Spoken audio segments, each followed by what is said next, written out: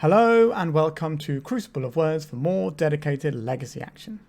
I've been feeling a little bit under the weather lately with a stomach bug, so I wanted to play something today that I have enough reps with that I'm unlikely to make silly mistakes with because my brain power is not 100% there.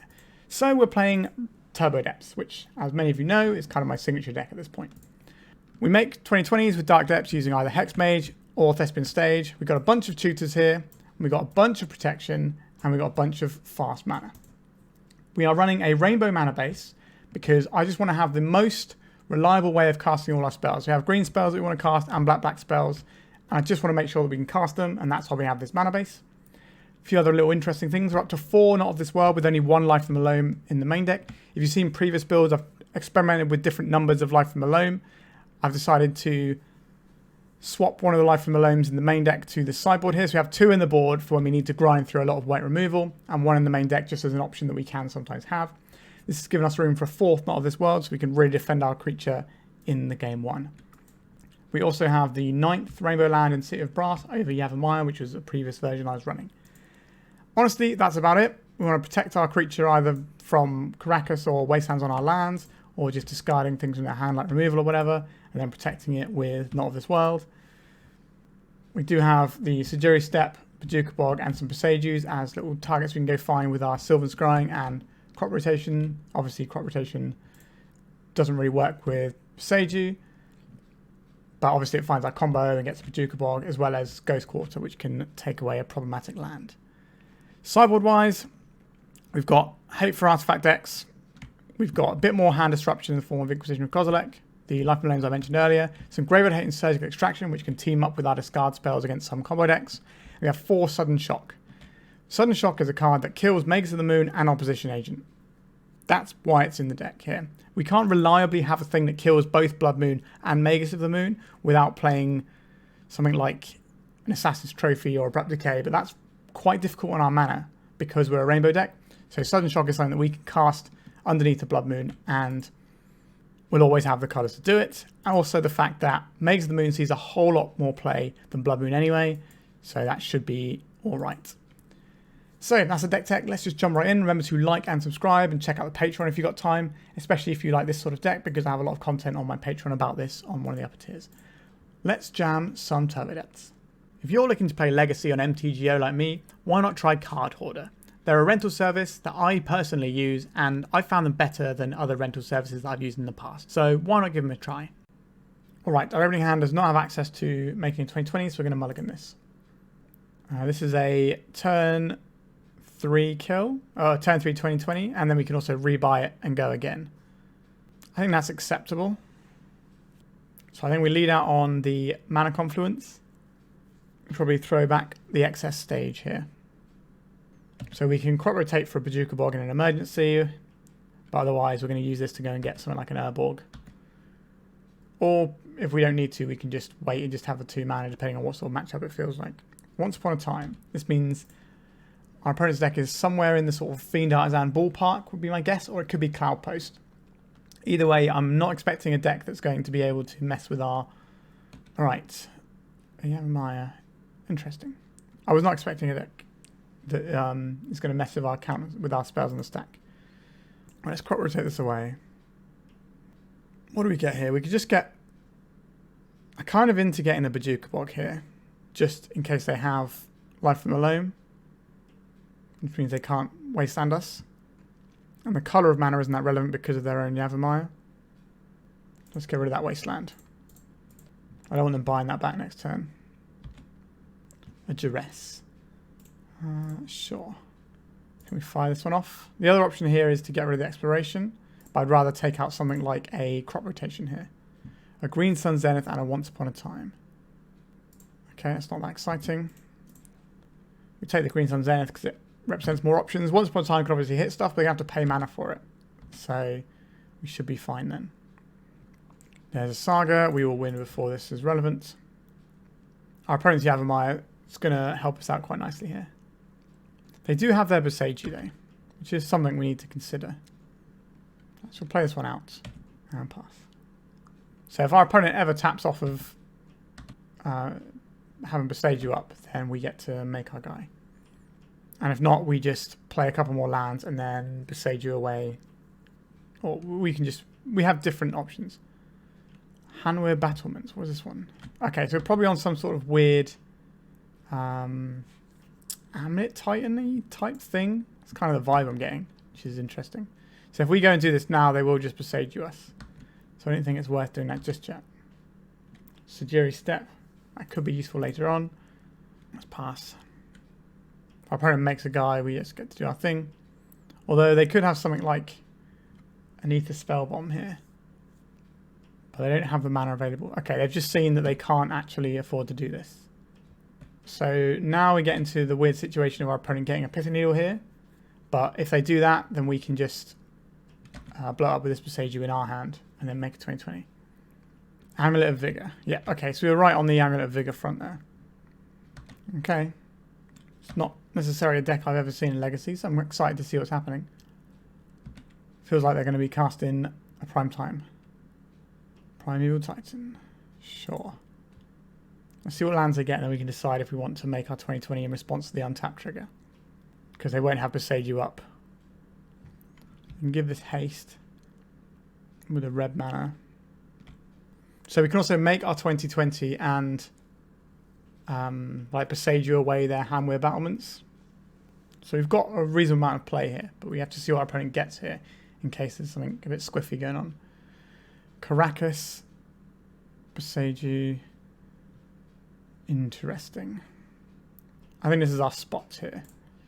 So we animate this, or not animate, we activate even. And we keep the one when their counter's on. And then our Boseiju will only cost us 1 mana. Because we have a legendary opponent. If they have a red source they can go fetch here, they can activate Hanweir Battlements. They might have something to mess us up. But I don't think our spot's getting much better from there. Yep, so activating the battlements. What are the other artifacts they have here?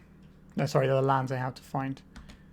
We have a big body that can get in the way, so they're not likely to kill us with this guy. But if they have another Caracas, that could be a pain.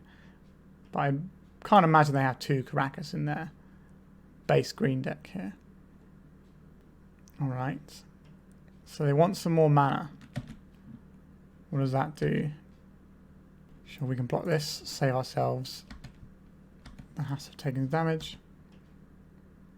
Once upon a time. Alright, they're fishing.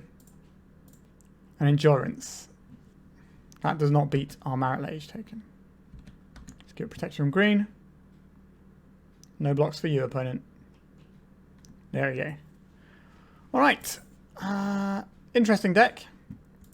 How do I want to handle this? Well, they're certainly not going to be a Mages of the Moon decks, so this isn't going to be a sudden shock type jam. They are going to have Wastelands and Caracas, so we're probably going to want to keep our Pithing Needles. We want to keep our protection here. Honestly, I don't think we're supposed to change anything. Bojuka Bog is not that exciting, maybe. We could have... Like, our discard spells aren't great. Like, on the play, maybe we can snipe out an Amulet, and that'll be okay. But I think we just go back in. Do you want a second life from the Loam, perhaps? Don't want the games to drag out too long, though. Not convinced we need the Bojuka Bog here. Let's just have another Inquisition. Or another discard spell, that is an Inquisition. What does this hand do? 1 mana from this, and then we have this. So this is a turn 2, 20/20 with protection. We can keep this. Once upon a time, what do you got for me, opponent? An Uro. Putting yourselves above 20 life is kind of annoying. Amulet of Vigor, okay. Crazy things can start happening soon. Oh wow, we can just go right now.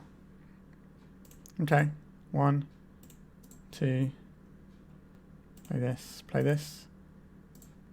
And our opponent's upkeep will make a 20/20 because we know they have Wasteland in their deck. And we have one of these Not of This World just kicking around in our hands. So if they do find a Caracas this turn, it won't beat us. Once upon a time. Keep on digging, opponent. Another Uro. Cool. We made a turn 1 20/20 and won the game. Excellent. Let's go to round 2.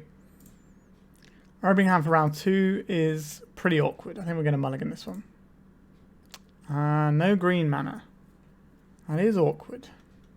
Any green mana turns his hand into being pretty great. We are on the draw. So we've got, what, 9, 10, 11, 19 draws that make this hand good. So that's green mana sources or dark depths. So it's better than 1 in 3. Another tough call. I think we keep.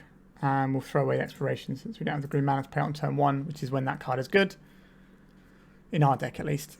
It's either a turn 1 play or something later on that lets you rebuy your whole combo. Via Life and Loam, you can deploy it. Okay, an Ancient Tomb. With no play, interesting. Alright, we do actually get to do something on turn 1. Our opponent did mulligan quite a lot, so maybe this Duress can mess with them. A Chromox Arena Rector. Wow. Playing against quite a bit of spice today. I think they're probably going to cycle the Troll of Khazad-dûm here. Yep, there it is. And then 2 turns time they can make a Rector. And if they find a way of sacrificing it, I'm going to assume that will be us dead. There's a Scrubland. Alright, green source please. Or dark depths. That's not one of the things I wanted, was it? Alright, I think we'll just play one of these out because it's free to do so. Alright, so this turn they make an Arena Rector.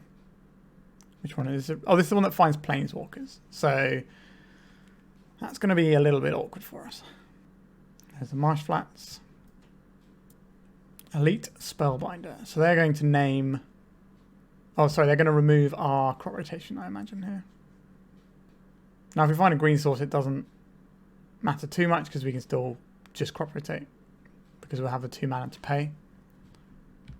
Oh, I took the Sylvan Scrying rather than the crop rotation. That's interesting. Pithing Needle. Interesting. Let's go attacks. So we have a choice here. We can play out another Hexmage.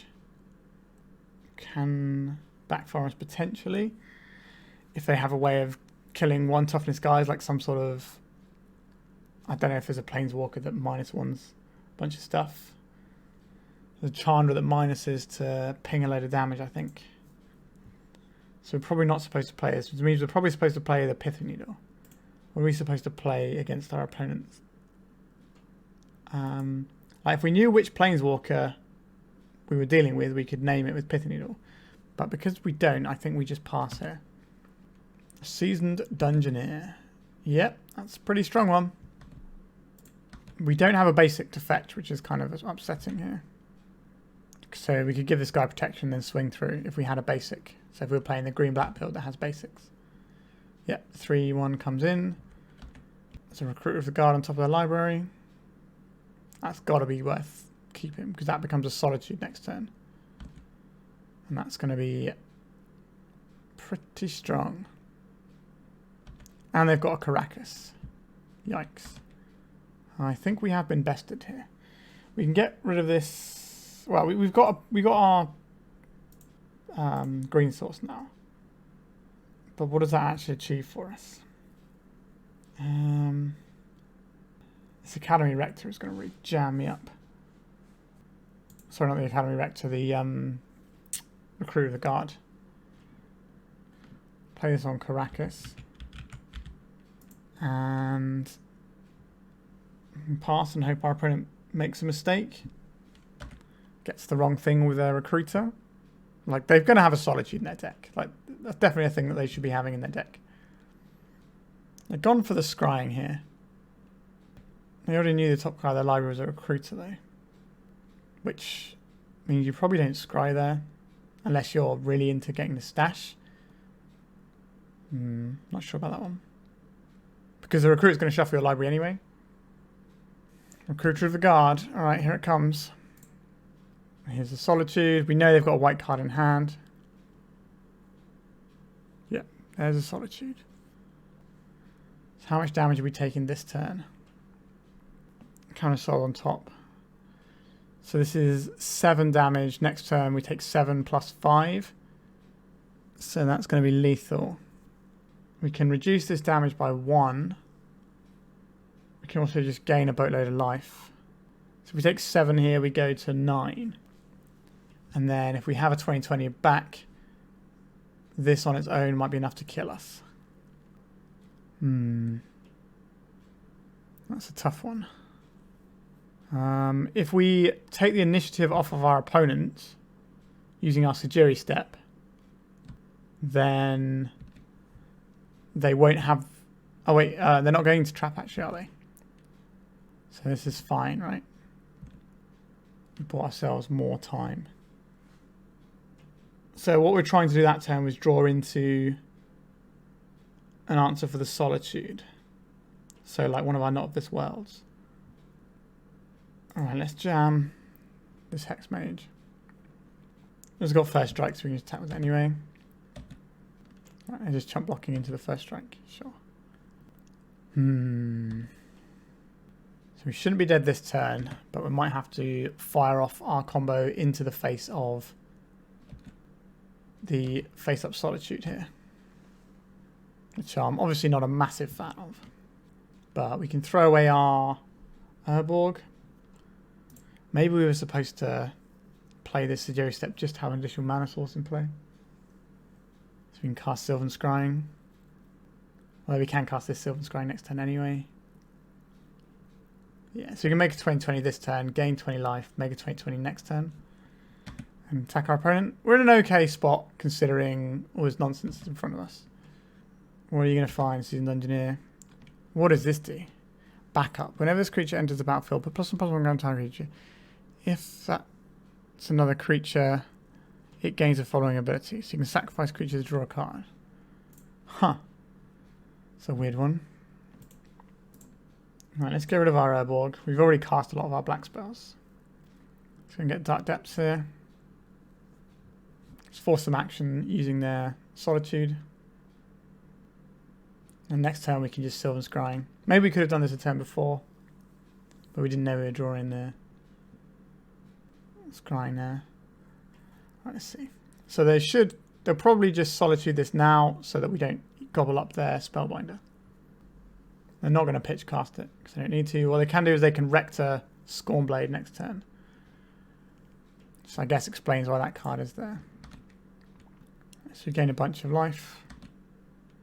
We lose a bit more life. And we kind of carry on. It's a case of how bad this Rector is going to be. We just happen to draw the Dark Depths. Interesting. Will our opponent allow us to take the initiative here? It doesn't really help us that much, but it slows them down a little bit. First strike will be pretty good into the Solitude here. Sure. Just taking it there. That's fine. Play out our Dark Depths. Don't think there's any benefit of trying to get a Sylvan Scrying off right now. Let's see how bad this Arena Rector is going to be for us. So the Scornblade is purely there for Arena Rector shenanigans, I believe. Just a different version of Cabal Therapy as an option instead. So if we still had crop rotation, we could mess with the Rector via Bojuka Bog. I hope it takes some sort of line that requires them to block with Elite Spellbinder. That'd be the one here. Just a Dungeoneer. Okay, so they're holding back the guy on blocks, so maybe they are doing that. Okay, so draw an Ancient Tomb. Mana's certainly not the problem for them right now. So here comes the Rector. Vampire Hexmage, pretty good against Planeswalkers as a general rule. Because you can strip all the counters off of a Planeswalker. Yep, so there's a Scornblade Berserker as well. The ability is not dependent on the +1/+1 counter, I don't believe. And we didn't really have a window where we could do anything about it anyway. What are they going to find here? So if we draw a mana source on our turn, we can make a 20/20. Alright, we have this one, Hexproof. Oh, this is one we can't remove stuff from. Type opponent loses 3 life gains. You may draw 2 cards. Exile type creature or enchantment if it wasn't an aura. Okay, that's not exciting. Are they going to use the draw 2 cards option here? Yeah. Sure, let's scry 1. I guess you put on top. Alright, our opponent is looking for something. They're going to hit Throne of the Dead 3 next turn, so I do think we want to try and kill them this turn. Cabal Therapy. Be my guest. We're basically just trying to dodge a Solitude in our opponent's hand at this point. I do think we have to make the guy now, which is awkward. So they do have the Solitude, that doesn't beat it, but if we... So this is exile, type creature or enchantment. If it wasn't an aura, create a token that's a copy of it. So we could play around Swords to Plowshares right now. How bad is this for us next turn? So if we make this now, we take 4, 8, 9, 10, 11, 12. So we could be dead on the backswing for this. So I do think we have to go now and hope they didn't have it, otherwise I don't think we're winning. If they have a plow and they use it now, then we're in trouble. Can I get to my draw step? We can. Alright. Let's give this guy pro-white. Go to attacks. Alright, we got there. That was an interesting one, actually. Lots of back and forth on that one, as it turned out. Alright. A white removal deck.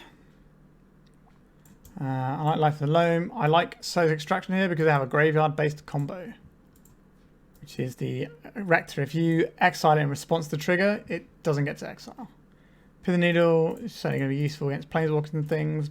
Bojuka Bog is going to be pretty useful there too. We've already seen Caracas have our opponent.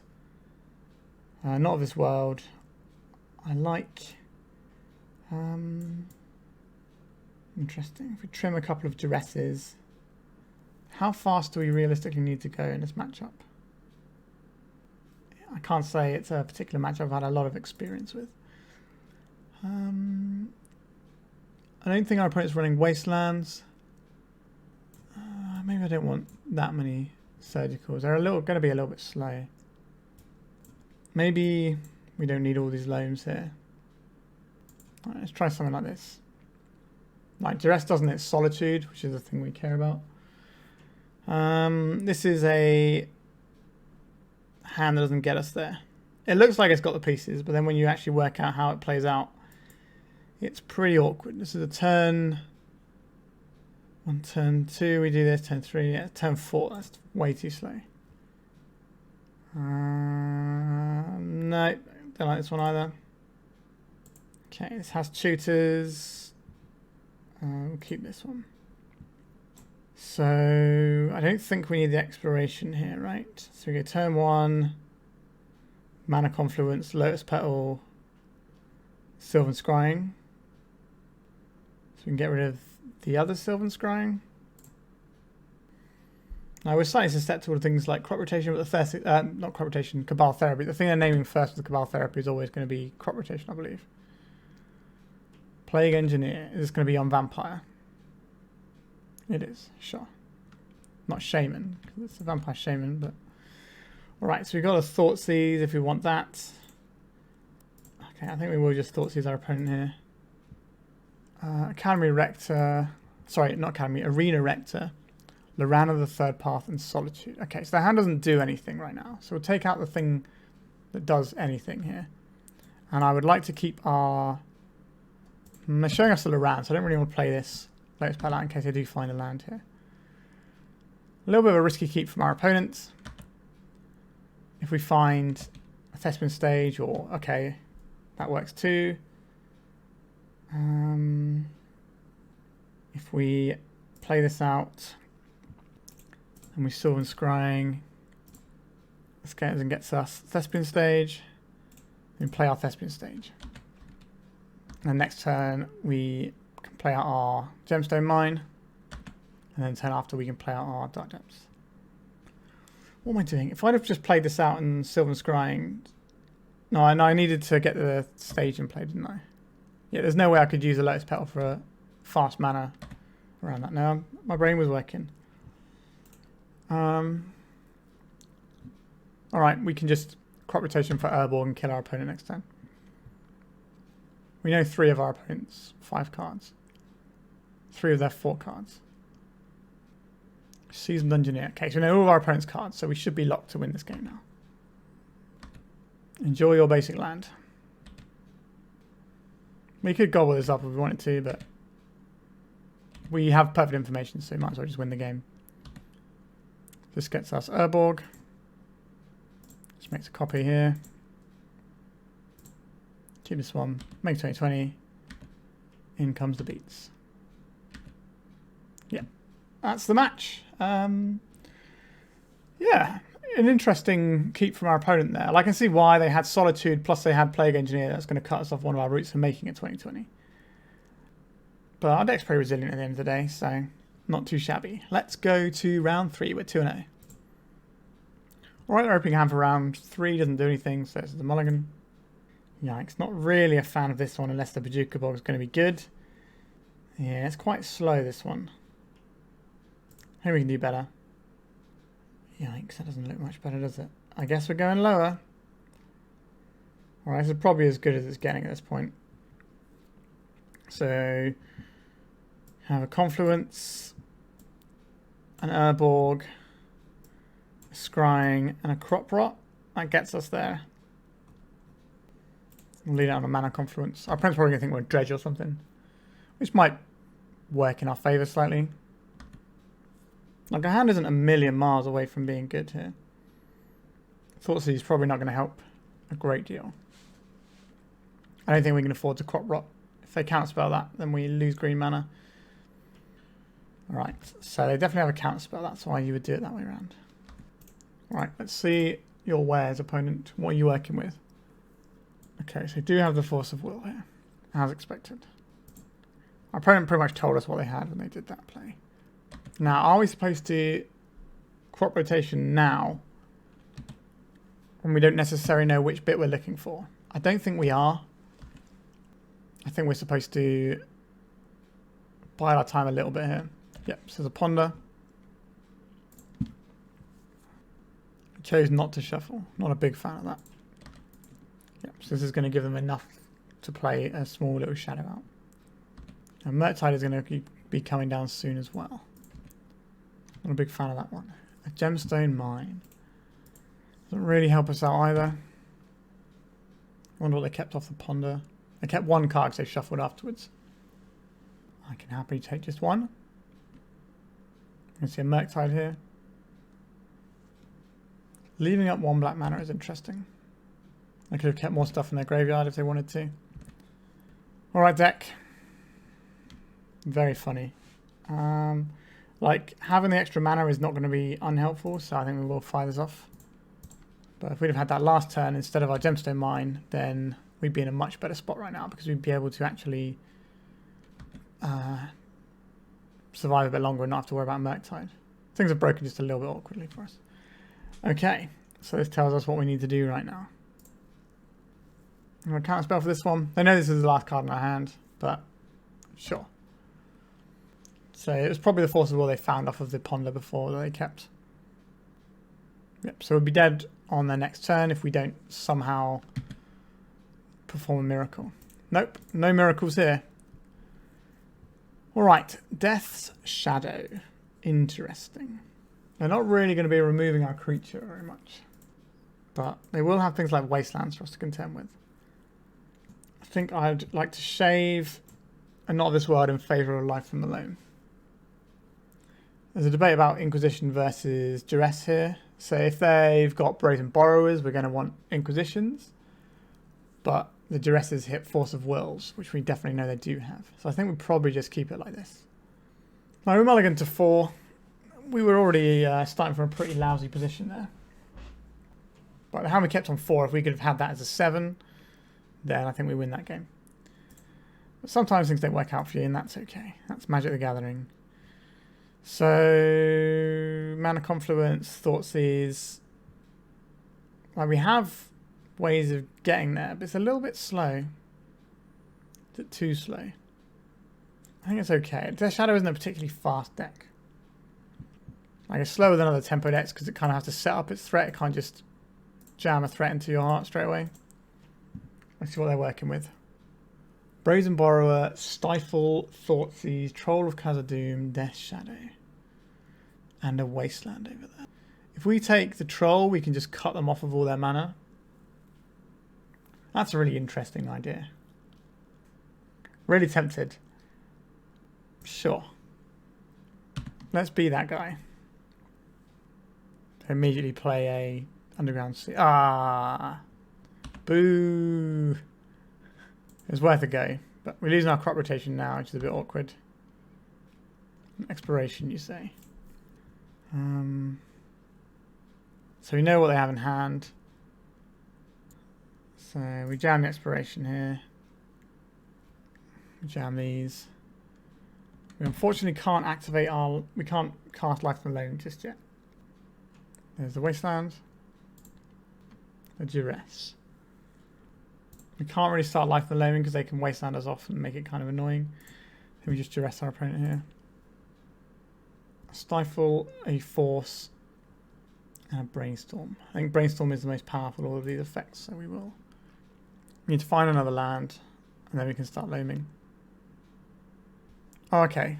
They're just doing like that. Interesting. They got another Wasteland. That would make sense then. Or have they got a Surgical? They have a Surgical. How do we beat this? With great difficulty, as it turns out. Vampire Hexmage beatdown is our plan, and hope our opponent bricks on draws. That's pretty weak. Yeah. Things just haven't broken very well for us this match. That's okay. Sometimes that will happen. Alright, once they find a blue mana source, we're going to scoop. But if we find a Hexmage before they do that, maybe we can win this game. Sure, be my guess, we lose Not of This World.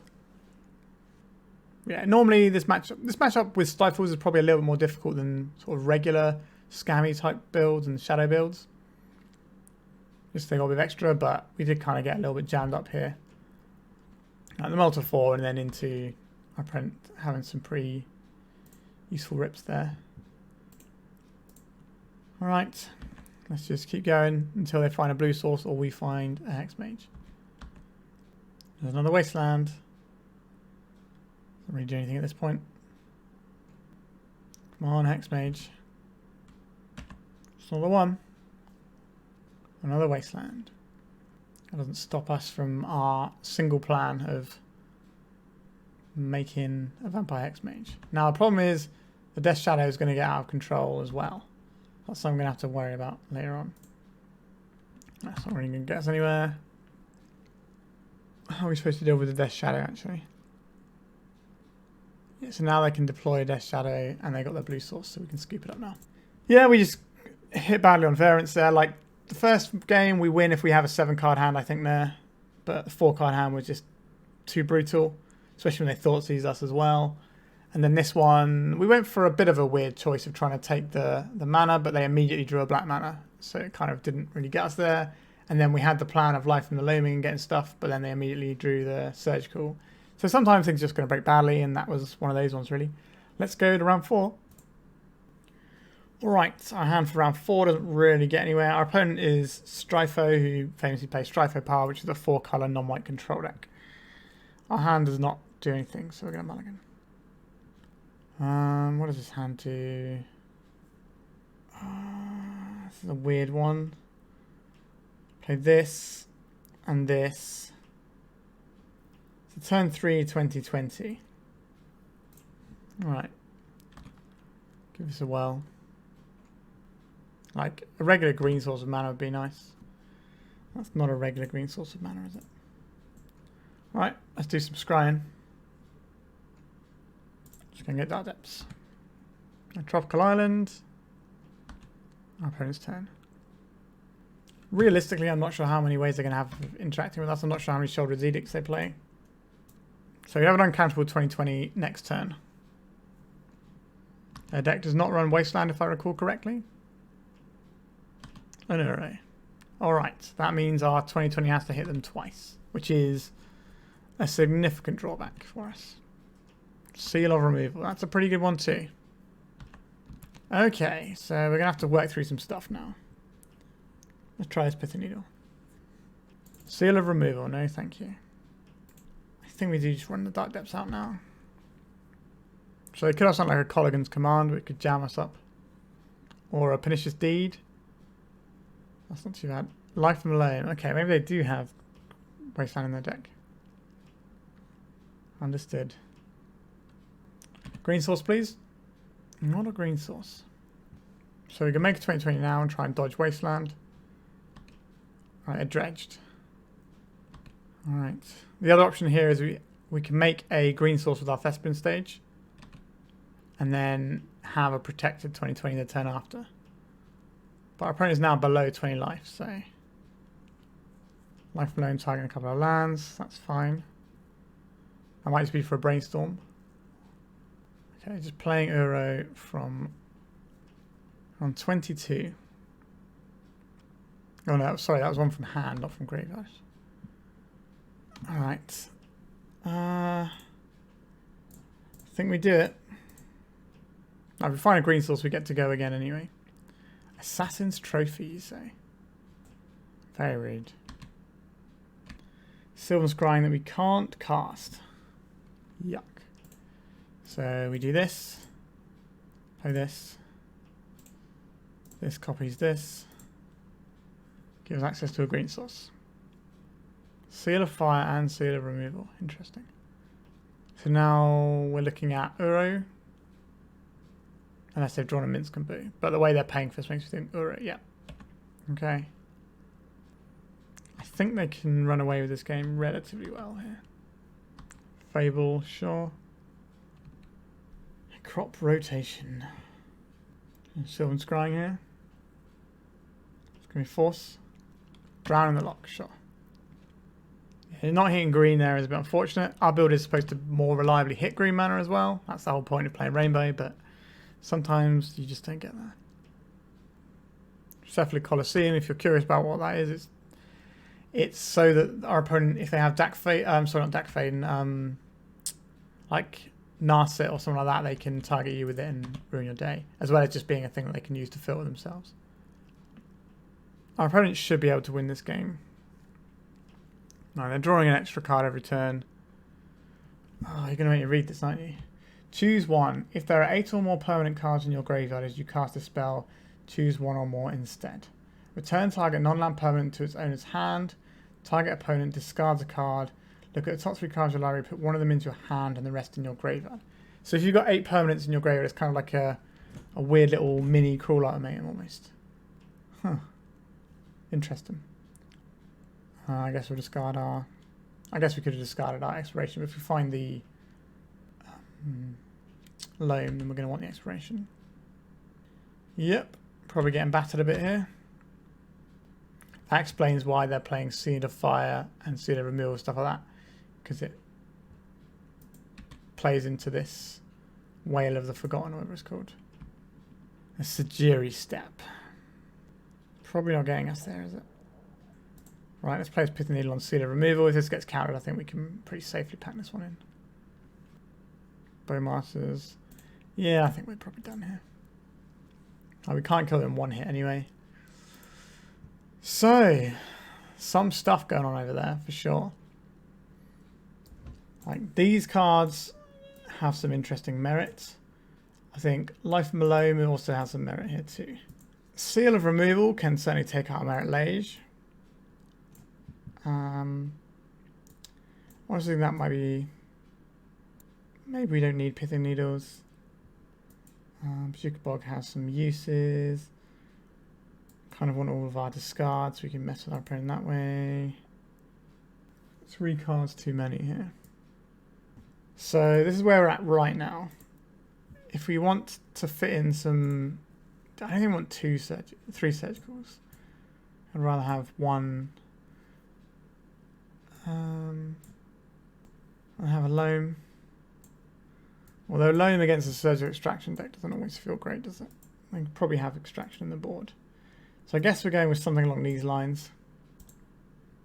Right, this doesn't have access to Merit Lage, so in we go again. This will require us to draw one of, so 4, 8, 12, one of 12 cards.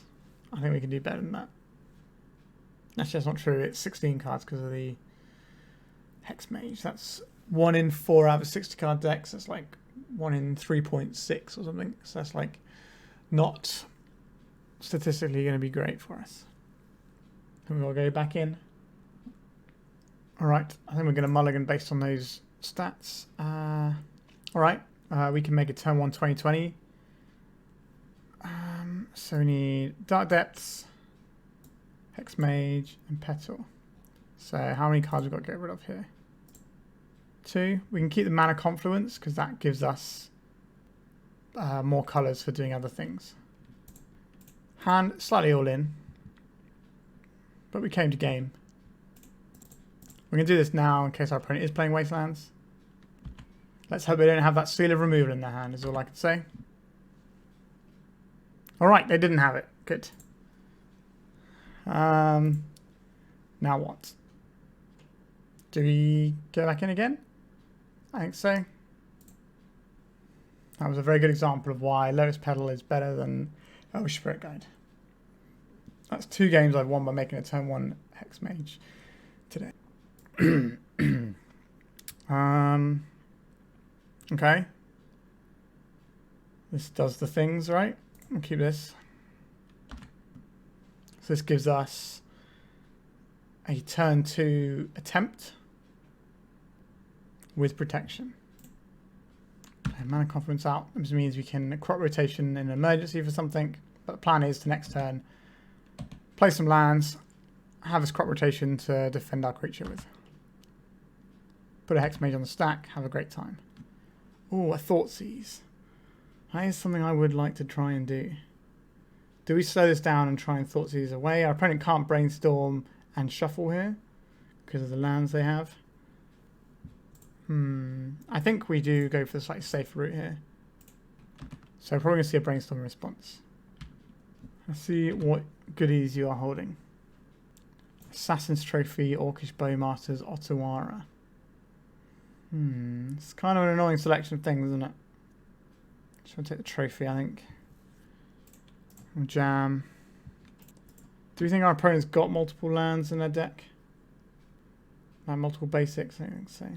Boseiju can find any land if you use it though. So looking at what our opponent has here, we can put a Hexmage on the stack right now. So we can go crop rotate away our Gemstone Mine. Go and get an Urborg. Cast this. I'm just trying to work out if there's any merit here to ghost coring them. I think there probably is, right? What do they have? They've got a blue-black source. They can get out all of their colours regardless of what they have here. If we take out their... it just keeps them further away from... This means they can't... Oh, they probably can arrow next turn if they don't have a basic. Sure, let's take out the Trop here. If they search their library, the things they've just put on top with Brainstorm are gone. Do you have any basics over there? Okay, they are in their library now, so they do have a basic of some description. But this is all they have to work with, and this does not beat what we have right now. They can Uro this turn to stay alive, which is what they're having to do. Next turn they can bounce this anyway. Yep, I think we have to get our 20 damage in while we can, and hope to draw a way of protecting our creature from this Otawara. That's not really the way of doing that, is it? So this, with the basic land types, they will be able to go and get another blue source. So I'm not a big fan of that. I'm definitely going to have more blue sources in there. I don't think we play this out. I think we just hold up so it looks like we've got more stuff than we have. Yeah. So we're going to see an Otawara on our creature. Probably should be this turn unless they have something like a Force of Negation. Or they can do it on our upkeep. So we fight over with our mana. If they think we're going to make a fight out of this. They shouldn't let us have a draw before they interact with our Merit Lage though. And they're a very good player, so they are almost certainly not going to... Yep, there we go. Here's the Otawara. Sorry, Merit Lage. A Thoughtseize. We can take out one of our opponent's cards here. Is that even good?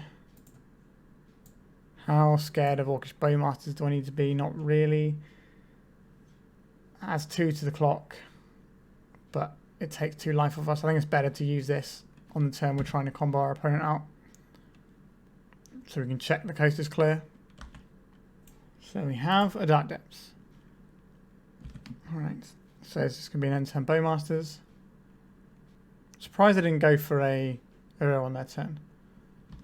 In the last turn, they could have cracked these 2 fetches. Presumably gotten green and blue off of it. Our 10 turn peeling off the counters. Right, so double Bowmasters here.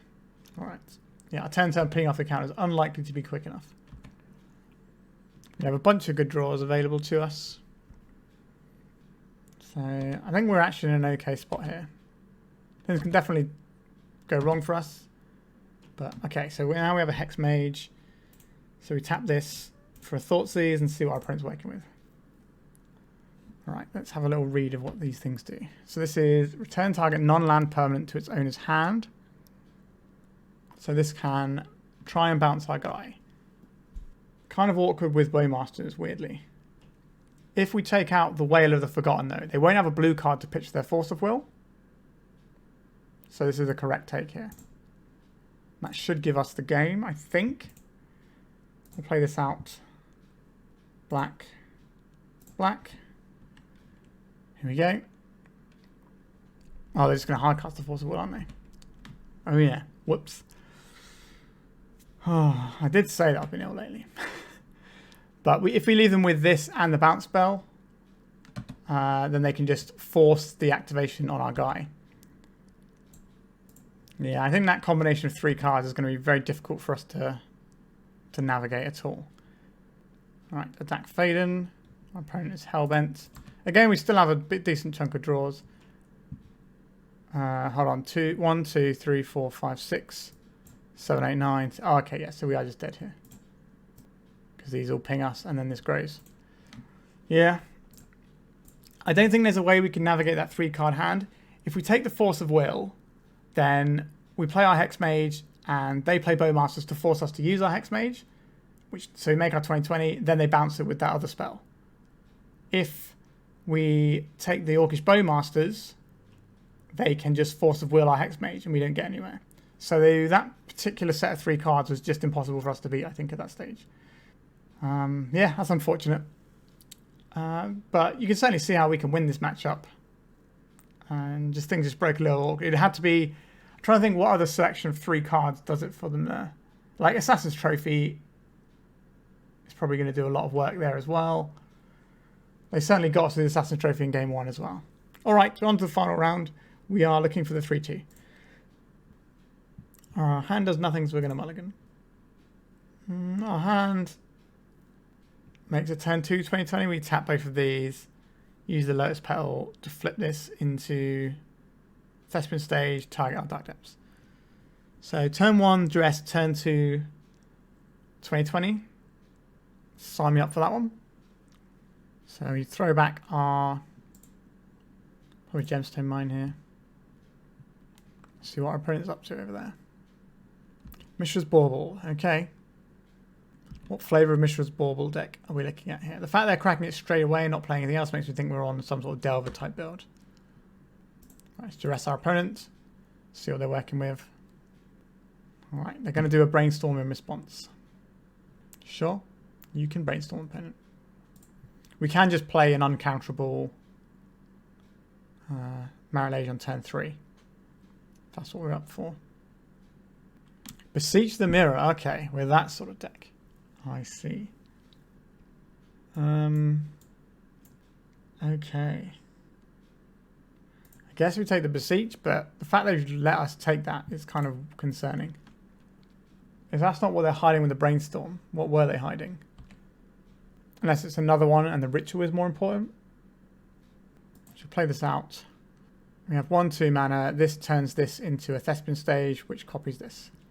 So in our opponent's turn, we will make a 20/20 and then hopefully win the game. Our opponent might think they've got another turn. has a feeling our opponent's doing a little bit of maths over there.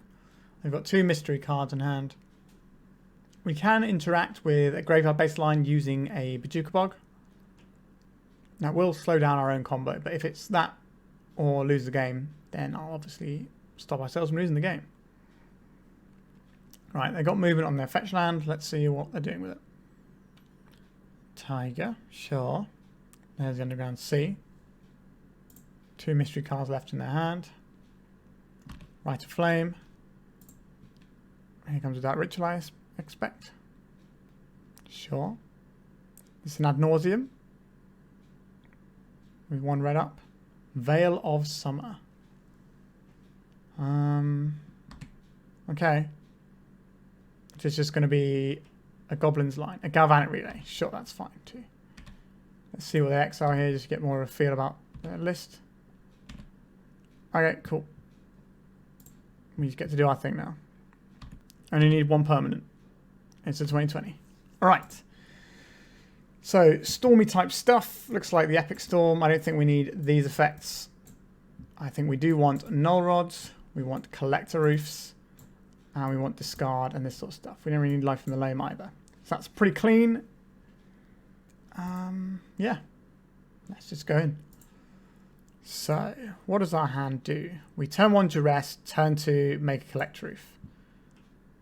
This hand seems good. So, this is the matchup where our combo is kind of secondary because our opponent should race us with most hands.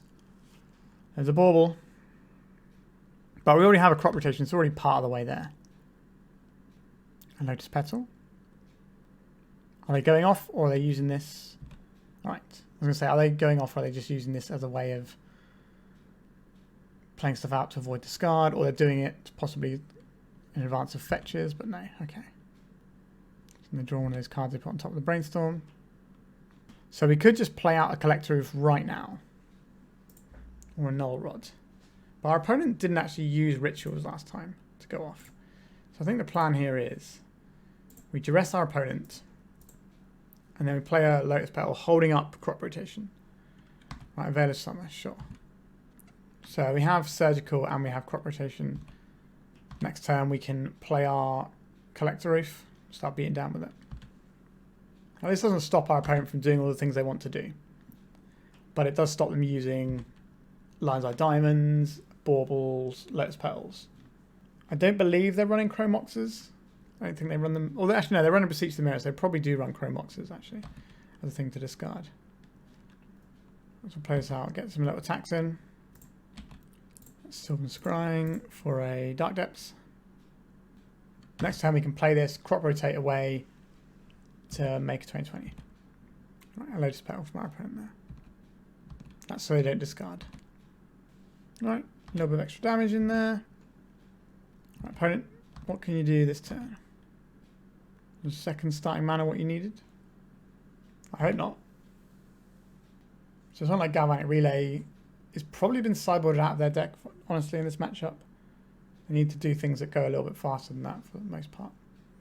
Although, like a turn 1 Galvanic Relay is perfectly serviceable. When you start doing like turn 2 or 3, I guess on the play, turn 2 is okay.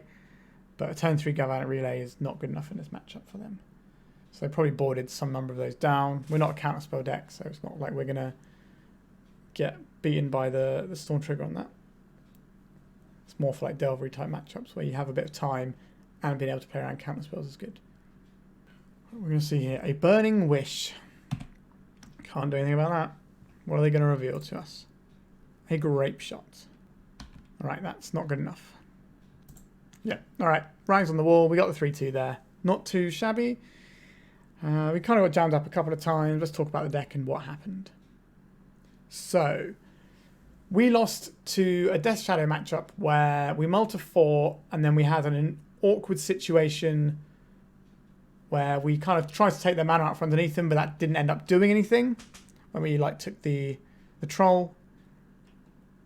And, you know, they did have a bunch of tools that got us there. That's fair enough. The Multi-4 was the bigger one there. As for the other game we lost, that was against Stryfopile, played by Stryfo. So, a very potent opponent. And we lost that because we Thoughtseized them in the last game and they had a specific selection of 3 cards that our Thoughtseize wasn't good enough to beat, which was kind of awkward. We didn't really have a way around that one though, so that was a bit awkward for sure. But that's Magic. Sometimes your opponent will have the things and not much you can do about it.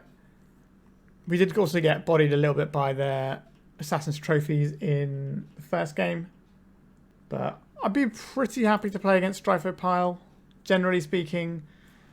Like, Assassin's Trophy is obviously like their best tool they have in the matchup, so that's something to pay attention to. Also, Seal of Removal was interesting, as was that new card that they were playing. So how do I feel about this list? Yeah, like, it does the things it's supposed to do, right? We had some turn 1 2020s using the Lotus Petals. We had a good time with like casting our spells off our Rainbow lands. Now, we did get jammed up in a game where we couldn't really cast all of our spells, and we had to like copy our opponent's land when playing against Stryfo with our Thespian stage, which was awkward. But that wasn't the fault of the Rainbow mana base, that was just our draws being a bit patchy, which, you know, again, it can happen, we don't have the fixing for it. We didn't really play against the white heavy removal decks that much, so the Life from the Loam didn't get to shine and do its thing. Again, that's why I think this should be like a one-of in the main deck and be more for sideboard plans.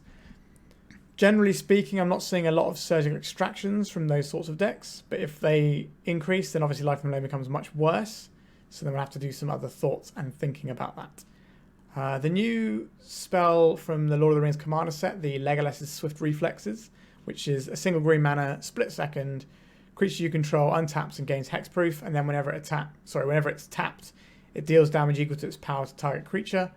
That card is now on Magic Online. I wasn't playing it today, but next time I will play, we'll try some over these Life from the Loams and see how it feels. Obviously, 1 mana is a lot more than 0 mana, which is what Not of This World gives us. But it does clear out a blocker, so it's kind of useful in that way as well. And split second just means, you know, there's no fighting over it, just happens. So that's something I'm going to be trying. The original reason we went up to playing Exploration was so that we could have turn 1 Exploration, play a second land, turn 2, play 2 lands, make our Dark Depths, and hold up the 1 mana if you've got like the Urborg as one of our 3 lands. So we're way more likely to have the additional mana to pay for protection. So we're definitely going to try that next time. As for this list, yeah, it seems perfectly fine. I'd be more than happy to just jam this straight into a league again. But from this point on, we're probably going to be trying some of the new cards a little bit more and testing them out. Hope you enjoyed this one. If you're interested in this deck and sort of variants of this deck, please check out my Patreon. I've got a tier on that for, I can't remember how much it is now. It's like $8 or something like that, £8. And it has access to my massive primer on Turbodepths, as well as articles I publish about generally Turbodepths stuff or depth-based things, but some other articles slip in there here and there as well. So if that's something that interests you, by all means check it out, or just check out the basic tier on my Patreon just to give me a couple of dollars to say thank you a month for making content. I appreciate it, it really helps me out. And I'm going to start doing a monthly draw, so one of my patrons will get a free donation deck to my channel every month, so you can sign up to lower tier to make sure you're in with that one. All right, I think we are done for today, so thank you once again for watching. It really means a lot to me. And keep playing Legacy and keep killing people with 2020s if you can. All right, goodbye.